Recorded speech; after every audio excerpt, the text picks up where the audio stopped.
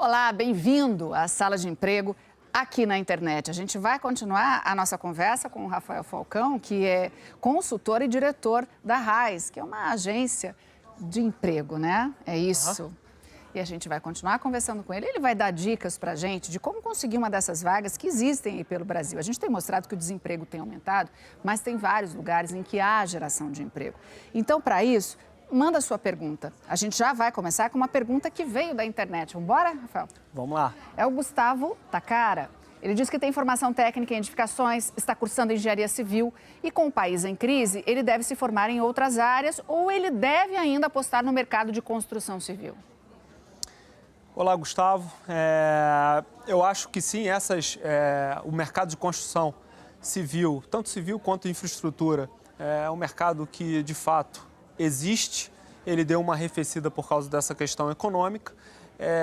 Então, eu não acho que foi uma perda de tempo você ter entrado e se especializado nele. O que você pode fazer no paralelo, e que a gente comentou aqui, tem uma série de outros segmentos e outros setores que crescem a uma taxa maior ou que estão melhor posicionados que o construção civil no momento. Então, talvez seja o momento de você dar uma guinada, né, dar um passo para o lado e trabalhar em outro segmento, visando se organizar a sua vida para a retomada da construção civil e infraestrutura. O engenheiro, ele entende muito e ele é muito requisitado no campo da matemática também, né? Exato, exato. O conhecimento lógico do engenheiro, né? Você vê um engenheiro com um leque bastante aberto, né? Você vê engenheiro dentro da área de RH, administração, tecnologia. Então, lógico que toda essa base técnica dele vai ajudar, com certeza, num novo posto de trabalho, né? Tá bom. O Wilson Júnior quer saber qual é a tendência para a capital paulista. A gente tem isso? Dá para hoje fazer uma avaliação? Qual é a tendência? Eu acho que está todo mundo tão preocupado, né, Rafael? Exatamente. O que vai acontecer? A capital paulista geralmente é um local onde todos buscam nesse momento, né, de economia baixa. Por quê? De fato, ela tem todos os tipos de setores, né? Tem, de alguma forma, alguma base instalada aqui. Isso fornece muitas opções. A contrapartida disso é que você também tem um custo de vida alto.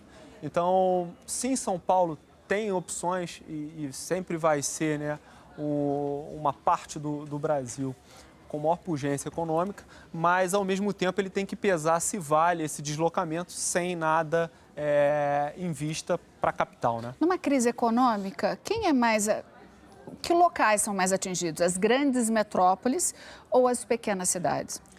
É difícil dizer pela quantidade que a gente tem de pequenas cidades e grandes metrópoles. Mas, na grande maioria, o que acontece toda essa queda econômica ela tem um reflexo mais rápido nas grandes metrópoles.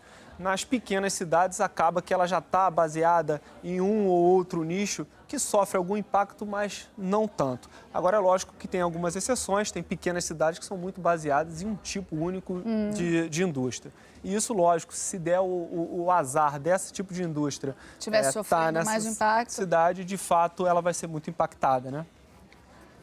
Nádia Belo Horizonte, qual a melhor região para trabalhar com turismo, com um salário acima de R$ 2.500? Hoje, turismo, a própria reportagem que a gente viu comentou bem, a região norte-nordeste ela é bastante forte e ela tem turismo o ano inteiro, ela tem menos sazonalidade do que quando a gente vai para o sul e até o sudeste. Então, hoje, olhando o cenário de formação de novos postos de trabalho e o foco, de fato, da região, eu aconselharia o norte e o nordeste como a melhor opção. E hoje, com o dólar barato para eles lá fora, caro para nós aqui, você acaba tendo uma invasão, vamos dizer assim, de estrangeiros também. E aí eles sempre preferem o Nordeste, o Rio de Janeiro, né? Exatamente, Conhecido lá exatamente. fora. E a gente tem, de fato, a contrapartida disso, hoje, uma carência de mão de obra na área de serviço. Também a gente olhou E lá até no qualificados, CAGED, né? de serviço qualificado. Então, hoje, uma pessoa que tem um nível médio para avançado de inglês dentro de uma região dessa, apesar do cenário econômico, mas com o dólar sendo positivo para a vinda de estrangeiros, ela tem tudo para estar bem posicionada. O Alexandre Otávio, ele diz que o perfil profissional é formado por cursos de turismo e hotelaria, quer dizer, o perfil dele, né? E também gestão de recursos humanos. Ele tem experiência na área de telemarketing, vendedor e auxiliar administrativo. Ele gostaria de dicas sobre onde ele deve buscar uma vaga de emprego. Vou pedir só para deixar um pouquinho aqui no telão, só para o Rafael captar. Nossa, ele tem bastante... atrativos, né? Ele tem bastante qualificação. Exatamente. Acho que agora o desafio do Alexandre... hotelaria e gestão de recursos humanos. Quer dizer, ele pode trabalhar tanto no operacional quanto na administração. Exato. Em turismo e hotelaria, né? Exato. E também na área de telemarketing, quando a gente viu também, tem muita oportunidade, né? Acho que para o Alexandre, o maior desafio do Alexandre, ele é focar na região que ele pretende estar e também na área que ele pretende fazer carreira, né? Ou avançar, ou se desenvolver na sua carreira. Então, ele já tem essa formação e, pelo que eu entendi, passagem também em vários segmentos. Eu acho que agora a hora do Alexandre é fazer esse dever de casa, entender onde ele ficaria, né? A área que ele gostaria de trabalhar e a área também, falando em termos de mercado, a posição que ele gostaria de ocupar dentro de uma empresa. E com isso ele tomar a melhor decisão para ele nesse momento, né? Se vocês quiserem tirar a pergunta, mas assim, eu daria mais uma dica ainda para o Alexandre. Claro. Quando você se dedica a uma área de turismo, por exemplo, você com certeza já treinou o desapego, né? Então, eu tenho certeza que você já deve ter pensado várias vezes em mudar de cidade, mudar de estado. E aí eu vou te fazer a pergunta, que a gente já fez no jornal hoje, mas aqui você tem um pouquinho mais de tempo para fazer isso, e espelhado no Alexandre, quando é que vale a pena mudar de cidade, de estado, para seguir carreira? Assim, Verusca, hoje é muito importante a questão mobilidade. Em toda posição, mesmo se a posição for para o seu local, seu local, muitos dos meus clientes exploram muito a questão de você ter mobilidade. Hoje, o emprego, ele move muito rápido entre estados, cidades e até países. E cada vez mais, como eu falei, você consegue explorar muito da sua base local a oportunidade futura. Então, hoje, através da internet, você consegue, por exemplo, entender como é essa nova cidade, que cultura ela tem, lógico, se você e seu estilo de vida se adaptam a essa nova cultura.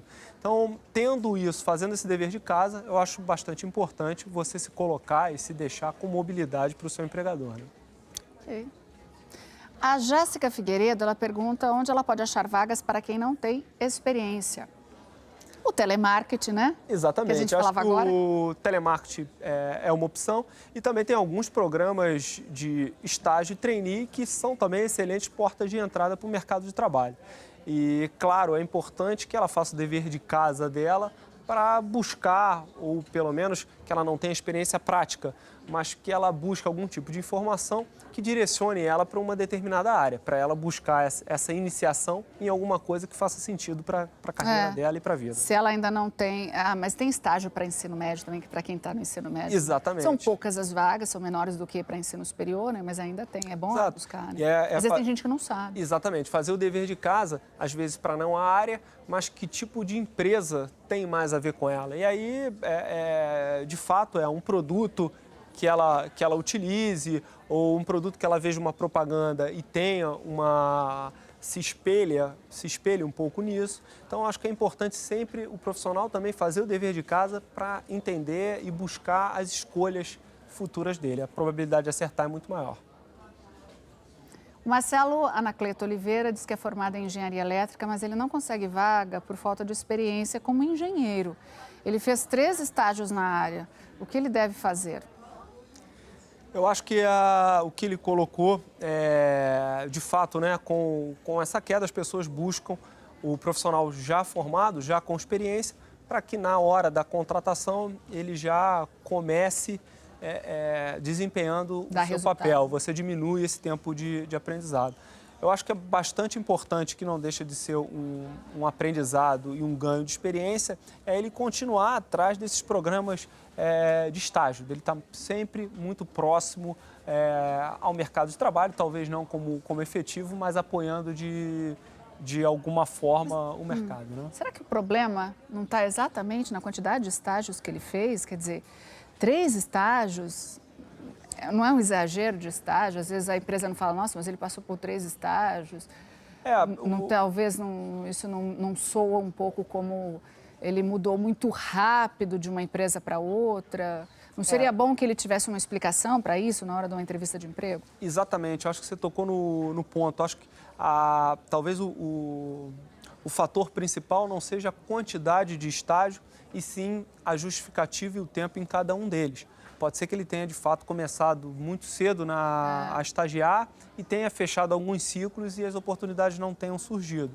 Mas, por outro lado, pode ser também que ele tenha escolhido, por precipitação ou oportunidade na época, alguns estágios em segmentos não promissores. E ele já sabia que o estágio ia ser curto ou não ser tão proveitoso. Às vezes não tinha vaga, fechou vaga. Exatamente, também, né? não são tão proveitosos para ele fazer esse link com a efetivação. E um outro movimento que talvez seja interessante é você entrar como, em vez do estágio, como um técnico na parte elétrica, eletrônica, automação. Entrar com um cargo menor? Entrar com um cargo menor e aí desempenhando, lógico, com toda essa bagagem que ele tem da formação, conseguir saltar para o cargo. E deixar isso claro também para o empregador, né? Lógico. Tá. O Marcos Belisário diz que é estudante de farmácia e pretende, depois de formado, buscar emprego na área da indústria farmacêutica. Como anda o setor no Brasil e quais regiões são mais fortes? O setor de farmácia é um setor que anda sempre na contramão. Ele é um setor que tem, geralmente, as margens já maiores do que o setor de bens de consumo, varejo de forma geral. Então, é um setor que está sempre buscando mão de obra bastante qualificada. Hoje a gente tem, lógico, São Paulo tem um grande polo, Anápolis se tornou um grande polo industrial. Goiás? Exatamente, em Goiás. Ah, sim, indústria. De indústria farmacêutica. E a gente ainda tem um polo no Rio de Janeiro. Então, esse triângulo aí são onde concentram as maiores oportunidades dentro do setor farmacêutico. Aí você diz dentro do setor de farmácia, mas para trabalhar na indústria. Na indústria. E ainda há a possibilidade de trabalhar no comércio, né? Ainda há trabalhar no comércio. Hoje a gente vê, por exemplo, não existe hoje farmácia sem ter um farmacêutico para assinar as receitas. Na ponta, e outra coisa, tem um outro business que é a ponta, né? Que são as farmácias, que hoje teve uma consolidação bastante grande. Então, todas as grandes redes de farmácia, elas pertencem a algum grupo bastante grande, bastante profissionalizado. Então, tem toda uma área de staffing que faz com que esses remédios circulem a um preço acessível, a um custo acessível e operacionalize isso, que, lógico, tem uma oportunidade grande de emprego. O Sidney Rogério Faustino, ele pergunta se está mais difícil vagas para pessoas acima de 40 anos? Não, ao contrário, até o próprio Caged diz isso. A gente teve um aumento